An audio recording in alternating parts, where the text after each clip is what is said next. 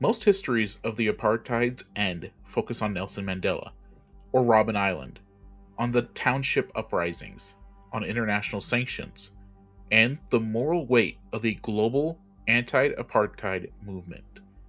All of these things matter, but there is another part of the story, fought in the red dust of Angola and the flat thorn bush of Namibia, far from the cameras, and the protest, and the Nobel Prizes, that has never quite received the attention it deserves. For 23 years, the South African Defense Force fought a grinding, escalating, ultimately unwinnable war along its northern borders. It started as a counterinsurgency against the Namibian liberation movement.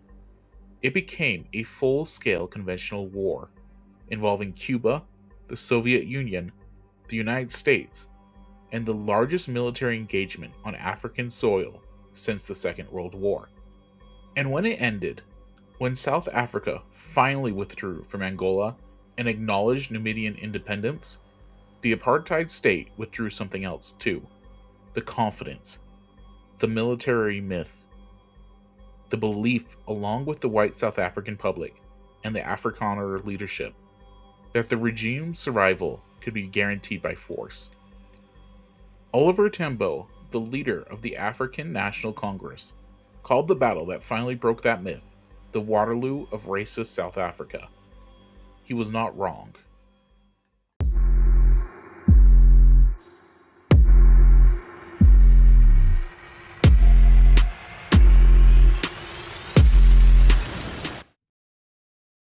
South Africa in the 1960s was a country under pressure from every direction. The United Nations had condemned apartheid.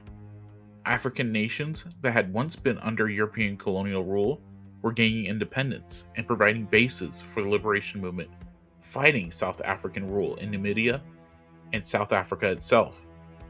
And the apartheid government had a framework for understanding all of it, a framework called Total Onslaught. Total Onslaught was the theory that South Africa was the target of a coordinated communist campaign directed from Moscow, working through the African National Congress and SWAPO, the Southwest African People's Organization, fighting for Namibian independence, to destroy white minority rule. The theory was partly true and largely exaggerated. The Soviets were backing both movements. Cuba would eventually deploy tens of thousands of troops to Angola in South Africa's conflict zone. These were real facts. The framework of an existential global communist conspiracy was an exaggeration layered on top of them, but it served a political purpose. Framing the border wars as South Africa's front line against communism achieved two things. It justified military spending and conscription to the white South African public, and it attracted American support at a time when Washington was deeply anxious about Soviet expansion in Africa. The immediate trigger was Namibia, Southwest Africa as South Africans called it. South Africa had administrated the territory since taking it from Germany in 1915 during World War I. It had extended apartheid there as thoroughly as it had at home. The SWAPO had been formed in 1960 to fight for independence. When diplomacy and legal efforts through the United Nations produced nothing, SWAPO formed a military wing, the People's Liberation Army of Namibia, PLAN, and in August 1966, PLAN fighters attacked Portuguese trading stores in southern Angola. The South African border war had begun. For the first decade, it was manageable. SWAPO was small, lightly armed, and operating from bases in Zambia. The South African security forces were vastly better equipped and contained the insurgency. But in 1974, everything changed. Portugal's colonial empire collapsed overnight. The new left-wing Portuguese government withdrew from Angola, leaving a power vacuum in which three armed factions immediately moved. One of them, the MPLA, backed by Cuba and the Soviet Union, ultimately took power in Luanda.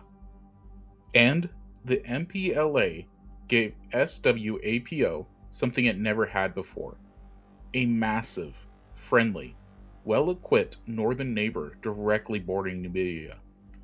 The border war became a regional war, and South Africa decided it needed to fight it as one. South Africa's war in Angola was not a secret. It was reported. It was known in broad outline.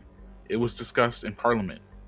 What was kept from South African public was the scale, the cost, the truth of what was happening on the ground. In 1975, South Africa launched Operation Savannah, a full-scale conventional military intervention in the Angolan Civil War, driving north towards Luanda alongside UNITA rebels in an attempt to prevent the Cuban-backed MPLA from taking power. The column got within range of Luanda.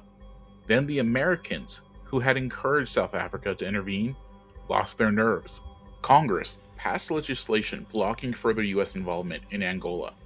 South Africa was left exposed, withdrew, and watched MPLA consolidate power with Cuban military support. The lesson South Africa drew was the wrong one. Not that unilateral military adventure in Angola was unwinnable, but the next time they needed American support locked in before they committed.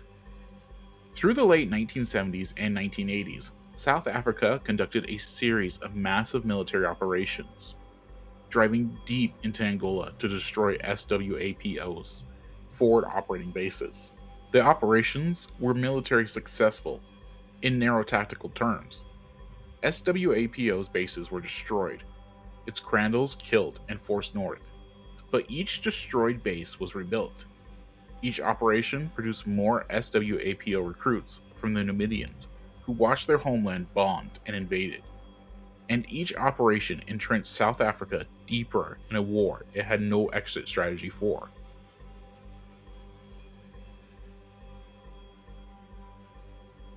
The South African conscripts who fought these operations were not professional soldiers. They were 18 and 19-year-old white South African men doing conscriptory national service. 2 years initially, with regular reserve call-outs for years afterwards. They were told they were fighting communism on South Africa's border. Many of them came home with what the army called negative states, PTSD in everything but name, and they were told to say nothing of what they had seen. The war was being fought, and the white South African public was being asked to support it, without being fully told what it was or what it would cost. Through the early 1980s, that worked. But by the late 1980s, it was starting to break down.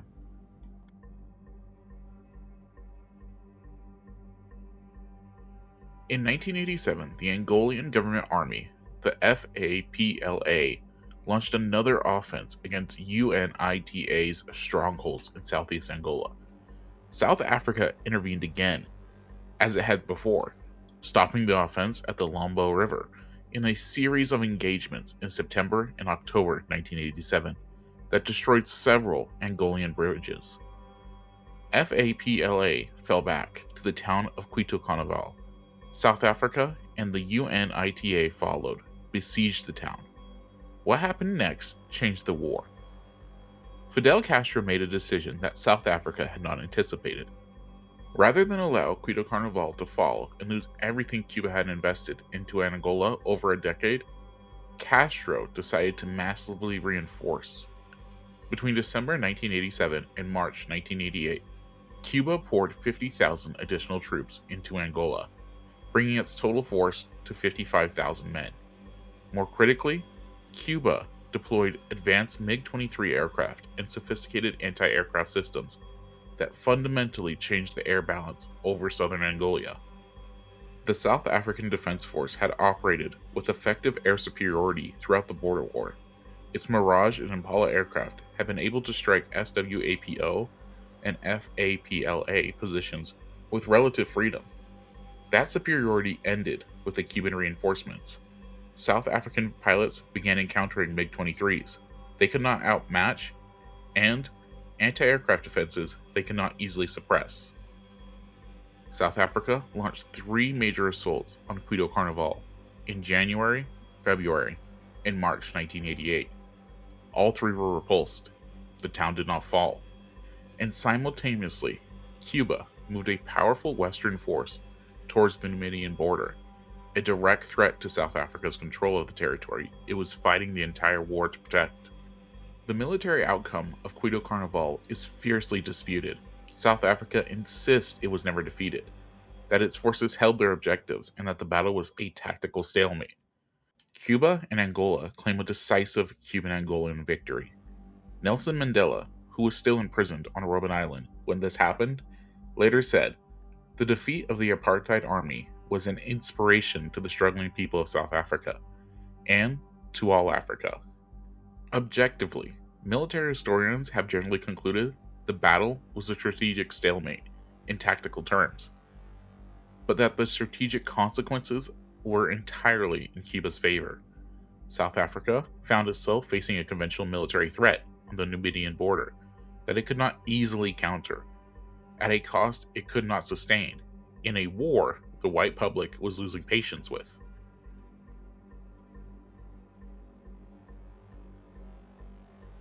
The Tripartite Accord was signed on December 1988. South Africa agreed to withdraw from Angola and implement UN Resolution 435 on Namibia independence. Cuba agreed to withdraw its forces from Angola.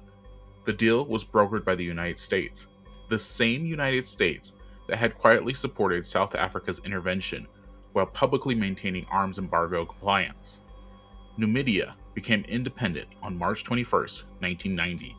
SWAPO Sam Nujoma, who had run the liberation movement from exile for 3 decades, became its first president.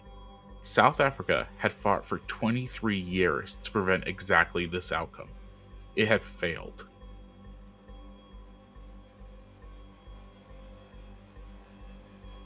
To understand how the border wars broke apartheid, you have to understand how they worked on the white South African public, the constitutionality the regime needed to maintain order to survive.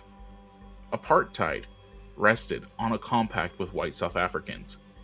We provide you security, prosperity, and separation from the black majority. In exchange, you support the system. Through the 1960s and into the 1970s, that compact held. The economy grew, white living standards were high. The military appeared in control of the borders. The black population was suppressed. The border wars slowly dismantled that compact from multiple directions, simultaneously. The financial cost was staggering.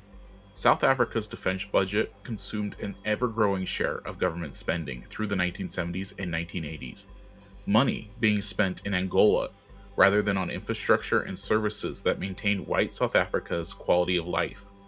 By the late 1980s, military spending combined with the economic damage of internal sanctions had produced serious economic deterioration. The rand collapsed in value. Inflation rose. The prosperity that was the system's central promise had eroded. Then there was the conscripts, 500,000 white South African men who had served in or adjacent to the war zone.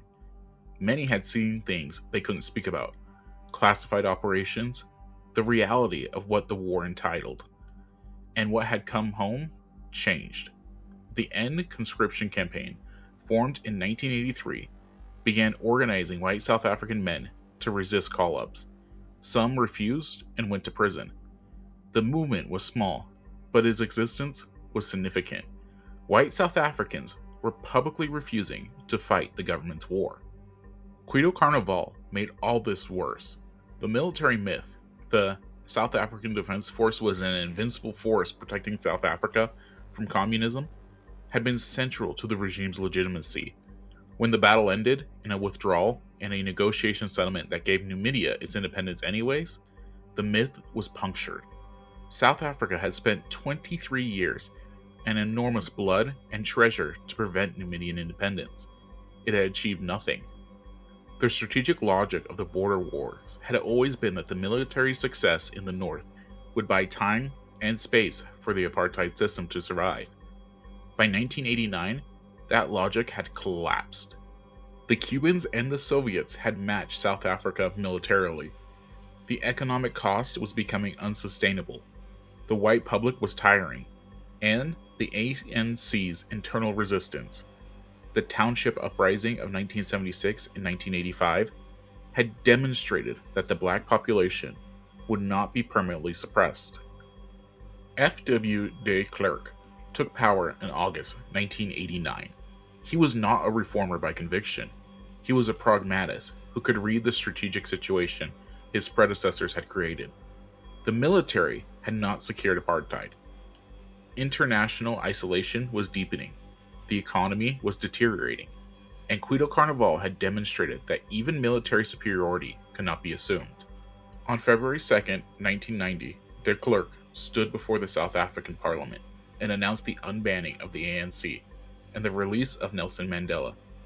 9 days later, Mandela walked out of Victor Verster prison after 27 years.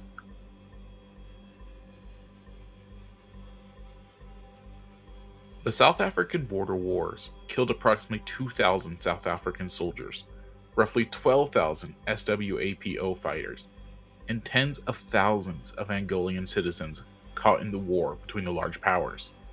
It consumed hundreds of billions of rand in military spending.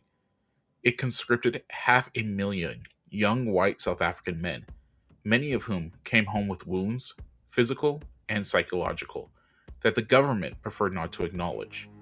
What it achieved, strategically, is one of history's most bitter ironies.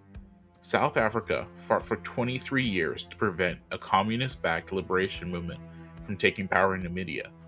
It failed.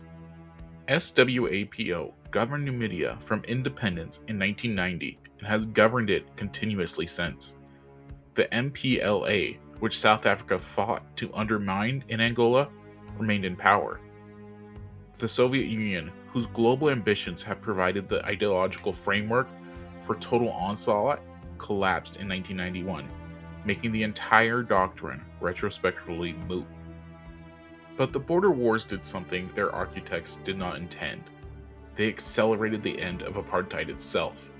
The military cost, the economic drain, the demoralization of the white conscript generation, the puncturing of the SADF's invincibility myth at Cuito Cuanavale, all of it combined with the internal resistance and international pressure to produce a government that, by 1989, understood it could not continue. Nelson Mandela understood the connection.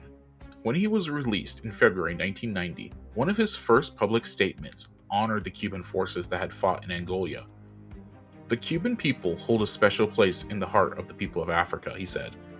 The Cuban internationalists have made a contribution to African independence, freedom, and justice, unparalleled for its principle and selfless character. It was a statement that many in Washington found uncomfortable, but Mandela was making a very specific historical argument. The battle that broke the apartheid regime's military confidence had been fought with Cuban soldiers, Soviet weapons, and the liberation movements of southern Africa, not by the superpowers whose diplomacy eventually managed the transition, but by the men and women who had died in Angola bush for a cause they believed in. Apartheid did not fall from the outside. It was hollowed out from within, by its own wars, its own cost, its own contradictions. The border wars were one of those instruments of that hollowing. Not the only one, but one of the decisive ones. The war that ended apartheid was the war that the apartheid government had been fighting to save itself.